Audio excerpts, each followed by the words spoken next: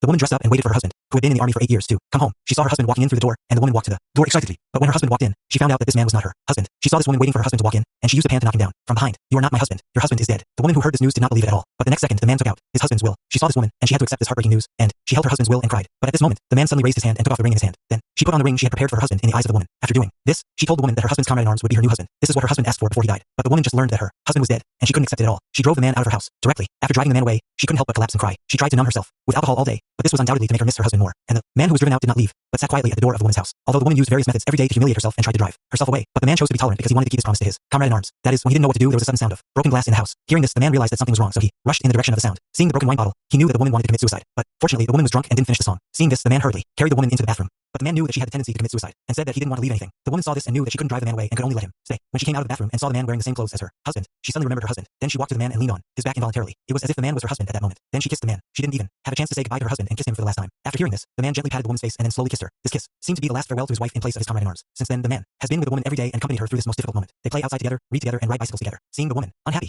the man will also send her flowers to cheer her up. As the days go by, the woman finds that she has fallen in love with the man. However, happy days are always short. On this day, the man came to say goodbye to the woman in military uniform, only because he received an order to return to the battlefield. The woman was in a panic at the door and didn't want him to leave. She has lost her husband and doesn't want to lose the man again. The man comforted himself after hearing that he would definitely come back. "You must take good care of yourself and wait for me to come back." In the end, the two people did the last kiss. Looking at the man's back when he left, the woman knew that she didn't know when she would see him, but she believed that the man would come back alive this time.